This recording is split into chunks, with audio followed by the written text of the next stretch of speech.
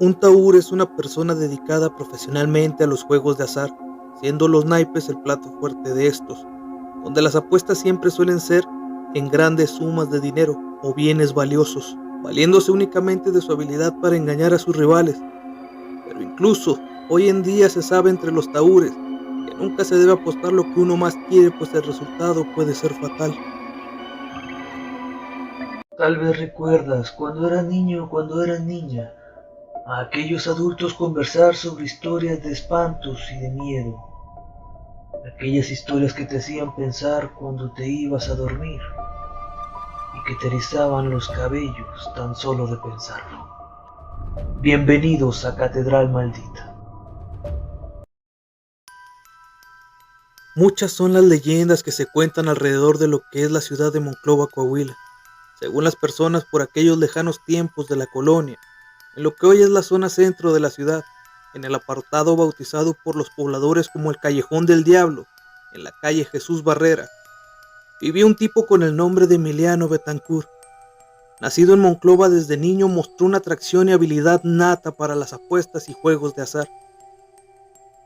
Con el paso del tiempo y de los años, empezó a hacerse de una fama no muy bien recibida por la sociedad de aquellas épocas, por lo que después de un tiempo se olvidó de las apuestas y juegos para dedicarse a su familia. Emiliano vivía con su hija y esposa en una de las casas del ya mencionado Callejón del Diablo. Para él su familia era lo más preciado, y no pasaba un solo día en el que él no se acordara de su hija. Por muchos años el Callejón del Diablo de Monclova fue considerado un lugar maldito, y los nuevos habitantes que llegaban a ocupar aquel asentamiento eran en su mayoría personas que venían de fuera y que no conocían las leyendas que envolvían a aquel lugar. O bueno, al menos eso es lo que se dice. Eventos raros en lo particular solían rodear al Callejón del Diablo, pues los registros antiguos señalan que en aquel lugar por las noches se podía apreciar caminando a solas a un hombre bien vestido en traje negro a altas horas de la madrugada, buscando algo o alguien. Otros mencionan que un perro negro de grandes ojos amarillos cruzaba por el lugar y desaparecía en una de las salidas de aquel callejón. Pero ¿qué tienen estas apariciones en común? Según los registros, pues bien se dice que cuando estas entidades se hacían presentes, se podía percibir en el aire un fuerte olor a azufre, y que éste se desvanecía al instante cuando los dos entes desaparecían. La hija de Emiliano siempre fue una niña bien portada. Estaba en el cuadro de honor de su escuela y era muy inteligente. Simplemente, para él ella era su tesoro más grande, pues la presumía donde quiera que iba. Lamentablemente, al poco tiempo, la niña enfermó de gravedad. Emiliano, haciendo todo lo que estaba dentro de sus posibilidades, vendió propiedades, joyas, oro. Incluso vendió animales que le habían quedado de herencia por parte de sus abuelos para salvar a su hija. Fueron largos meses de angustia para Emiliano y su esposa. Unos días después, le dan la noticia que ningún padre quiere escuchar, y los dos doctores le mencionan que su hija tenía altas probabilidades de morir por una fiebre muy fuerte que padecía de meses atrás.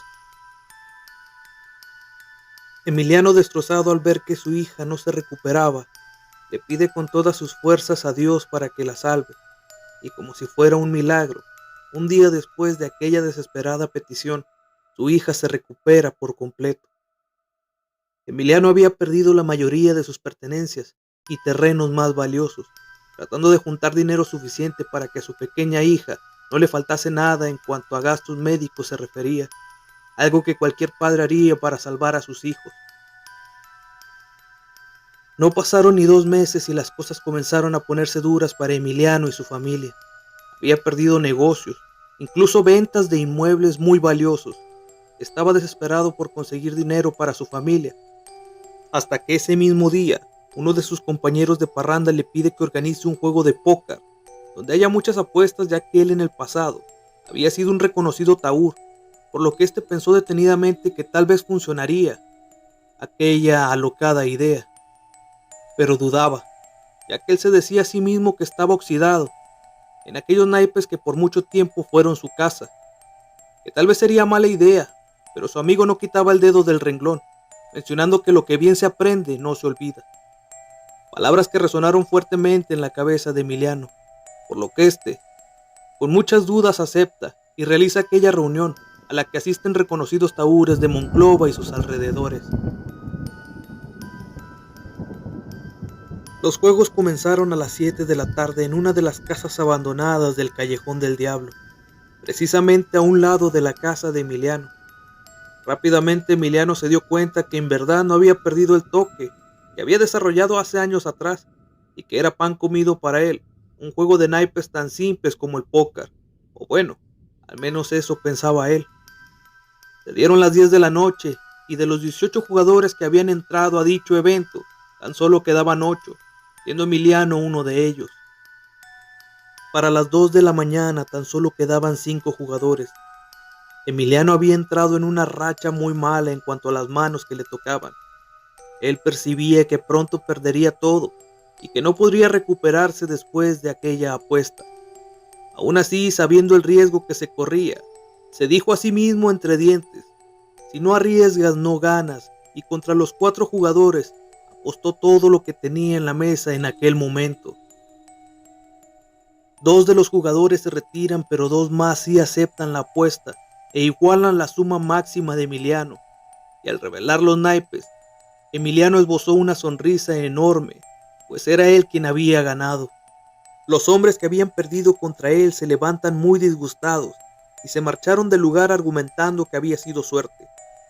A punto de las 3:15 de la madrugada, Emiliano entra una vez más en una racha, pero esta vez en una racha ganadora, ganando juego tras juego, y pasó lo que muchos taúres conocían en aquel tiempo como el ciclo negro, donde la avaricia se vuelve tan grande que ésta ciega al jugador por el egoísmo de querer aún más de lo que se puede obtener.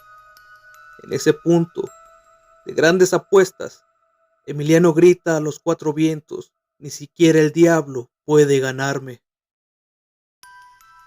Después de terminar dicha frase, tanto los otros 2 jugadores como los 4 más presentes que se habían quedado a observar al ganador, notaron cómo el ambiente se comenzó a llenar de un calor asfixiante y un olor a azufre muy desagradable. Pronto y enfrente de ellos, con mirada atónita, observan que entra sin problemas por la puerta principal de aquella casa abandonada a un hombre vistiendo un traje negro, irradiaba un calor asfixiante y ojos encendidos en fuego. Los 2 jugadores restantes, muy asustados, deciden retirarse del juego, y aquel extraño hombre menciona lo siguiente: escuché que incluso a mí me podrías ganar. ¿Qué esperas para invitarme a jugar? El dinero para mí no es problema. Todos mencionaron en aquel momento que se trataba del diablo, mientras éste se reía siniestramente burlándose de ellos. Emiliano tomó el valor que el juego y su racha ganadora le habían dado e invitó al extraño hombre a sentarse a la mesa para jugar, por lo que éste le agradece. No pasó mucho para que Emiliano perdiera todo el dinero que había conseguido esa noche. Aquel extraño le menciona que si quería seguir jugando, con una risa muy confiada, pues aseguraba que ante él estaba el mismísimo diablo en persona. Emiliano le menciona que ya no tenía fondos para sostenerle las apuestas. El diablo sonríe esperando ese momento. Menciona que tiene 2 almas muy valiosas para él, su esposa e hija, y que si las apuesta, él mismo le doblará el valor de lo que ganó por cada alma que apueste. Como ya mencioné anteriormente y presa de la avaricia, Emiliano hace lo impensable y apuesta a su esposa e hija, ignorando los consejos de los otros jugadores que ahí se encontraban con él, llenos de miedo en aquel extraño lugar, perdiendo nuevamente contra el diablo mientras éste reía burlándose del desdichado que de rodillas lloraba y decía: ¿qué he hecho? Mi familia. El diablo se levanta de la silla para retirarse del lugar y Emiliano se pone de pie rápidamente sin titubear, deteniéndolo con una voz de autoridad y le dice: un último juego. A lo que el diablo le pregunta: ¿y la apuesta? Emiliano responde con firmeza: mi alma. Será un todo o nada. Yo entiendo que los apostadores no somos bien recibidos en el cielo, pero para ti, que eres el rey de todo lo malo, somos más valiosos que el oro. Así que dime, ¿apuestas o no? Es más, te lo haré más sencillo, dice Emiliano. Si me ganas, nos llevas a los tres, pero si yo gano, dejas a mi hija y esposa en paz, con todo el dinero que gané esta noche, y me llevas a mí a cambio. De las dos formas ganas. El diablo, seguro de ganar, acepta la apuesta. Una última mano, una última partida y una apuesta muy valiosa. Emiliano, arrepentido con Dios por haber hecho tal barbaridad, se encomienda a él y le pide por su esposa e hija, que no importa qué pasara con él, pero que a ellas no les pasara nada, mientras el diablo se reía cínicamente mencionando que él no lo escucharía en aquel lugar. Por lo que le muestra su mano primero en símbolo de superioridad a Emiliano, mostrando una mano muy fuerte según los jugadores que aún estaban ahí, atestiguando aquellos hechos. Emiliano, calmado, con una vista tranquila y serena, muestra su mano en aquella mesa, dejando ver ante todos los que se asombraron, según los presentes, la mano más fuerte y poderosa del póker, dándole la victoria al instante. Emiliano se levanta de la mesa y estira su mano ante el diablo, que sin rencores se levanta de igual forma y estrecha su mano diciéndole: Ganaste en el último momento. Excelente juego. Vendré personalmente por ti cuando sea el momento. Mientras se marcha con la misma sonrisa con la que había llegado a aquel lugar. ¿Quién sabe en qué haya terminado la historia de Emiliano y su familia? No se sabe si el diablo reclamaría su apuesta. Lo que sí es seguro, y que suelen mencionar los taúres del póker, es que en casa del taúr y del que jura, nunca faltan las desgracias y desventuras. Gracias por entrar a Catedral Maldita. Buenas noches.